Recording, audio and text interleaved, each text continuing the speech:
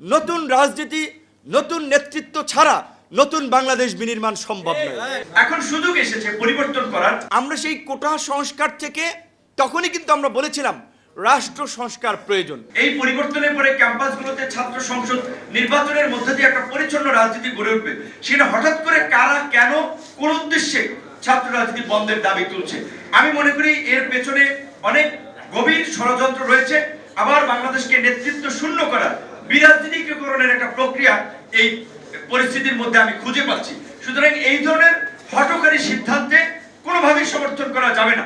ছাত্র রাজনীতিতে আপনারকে পিটিয়ে মেরেছে বুয়েটের ছাত্ররা, সবাই কি ওই ছাত্রলীগের ওই 18-20 জনের মতো কি দুর্বৃত্ত?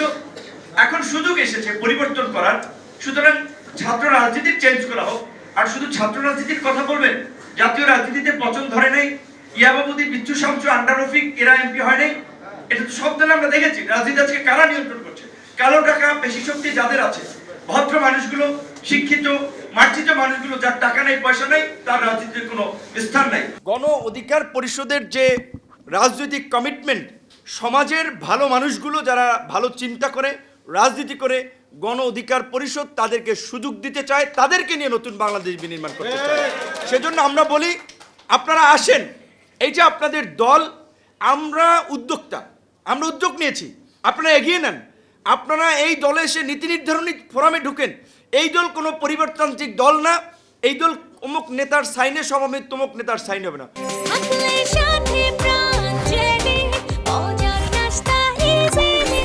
2018 সালে আমরা তো কোটা সংস্কার আন্দোলন করেছিলাম, তো আমরাও তো থেমে যেতে পারতাম, চাকরিতে ঢুকে যেতে পারতাম।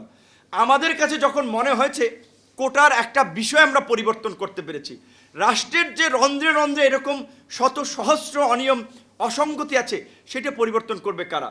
মানুষের যে প্রত্যাশা, সেই ধরনের সৃজনশীল নেতৃত্ব, সেটা তো জাতির সামনে নাই। আমরা সেই কোটা সংস্কার থেকে তখনই কিন্তু আমরা বলেছিলাম রাষ্ট্র সংস্কার প্রয়োজন, এই রাষ্ট্রের পরিবর্তন প্রয়োজন, রাজনীতির পরিবর্তন প্রয়োজন। ভালো মানুষগুলোকে রাজনীতিতে এগিয়ে আসতে হবে, মেধাবীদেরকে রাজনীতিতে এগিয়ে আসতে হবে।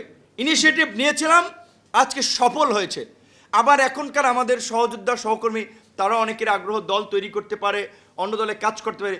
অবশ্যই শত ফুল ফুটতে দিতে হবে নতুনদেরকে, যেটা ডক্টর ইউনূস স্যার বলেছেন যে পুরানো জঞ্জাল সরাতে নতুনদের আগমনের কোনো বিকল্প নাই। আপনারা বলেন পুরানোদের দিয়ে পরিবর্তন হবে? 53 বছর তারা পরিবর্তন করতে পারে নাই।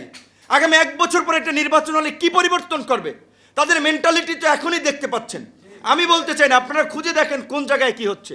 পরিষ্কারভাবেই বলছি, বাংলাদেশে নতুন রাজনীতি, নতুন নেতৃত্ব ছাড়া নতুন বাংলাদেশ বিনির্মাণ সম্ভব নয়।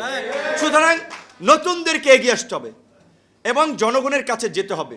জনগণ আপনার কাছে আসবে না।